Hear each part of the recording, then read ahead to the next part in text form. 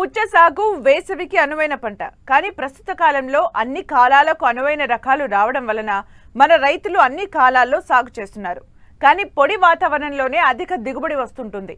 మార్కెట్లో కూడా ధర బాగుండటంతో పశ్చిమ గోదావరి జిల్లాకు చెందిన ఓ రైతు ప్రతి ఏటా వేసవిలో సాగు చేస్తూ మంచి లాభాలను పొందుతున్నారు.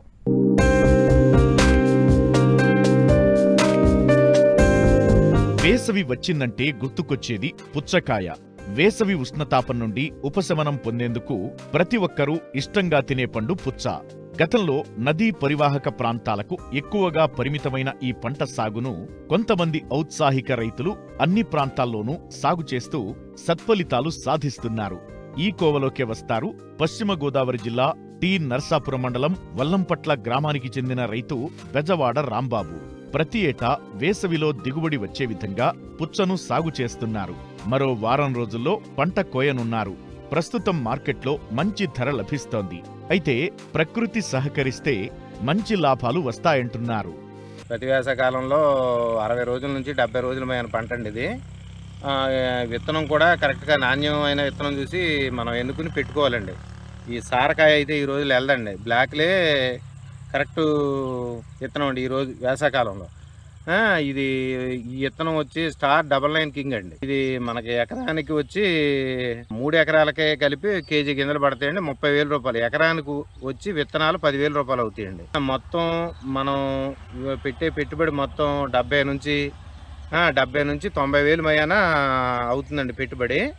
ఇది 60 రోజుల నుంచి 75 రోజులు పంట సార్. ఇది కరెక్ట్గా మనకి ప్రకృతి ఈ రోజుల్లో వేసవకాలం ఎప్పుడు కూడా మే నెలలో బాగా ఎండలు బాగా వేస్తే మనకు ఒక బాగా డబ్బులు మిగులుతాయండి.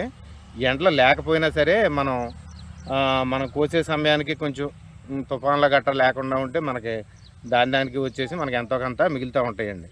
కాకపోతే ఈ సంవత్సరం ఈ అనుకోకుండా ఈ అకాల వర్షాలు రావటం వల్ల కొన్ని కాయలు కుళ్ళిపోవటం అనగా ఇలా జరుగుతూ ఉందండి. ఇప్పటికి 45 రోజులు అవుతుందండి దీన్ని మనం పెట్టి.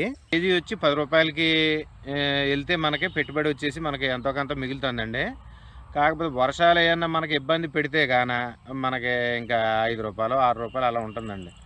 ఈ వర్షాలు అనేది మనకి ఈ సంవత్సరం గత ఒక 10-15 సంవత్సరాల నుంచి నేను వ్యవసాయంలో ఉన్నా కానీ ఎప్పుడు కూడా ఇటువంటి వర్షాలు నేను చూడలేదండి. మే నెల 1వ తారీఖు నుంచి 8వ తారీఖు వరకు కూడా వర్షాలు కంటిన్యూ అయినాయండి.